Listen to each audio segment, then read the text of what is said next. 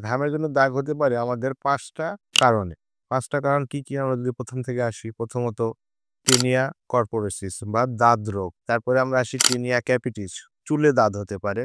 তারপরে আমরা আসি টেনিয়া ভার্সিকলার বা ছুলিজ রোগ যেটা আমরা বলি।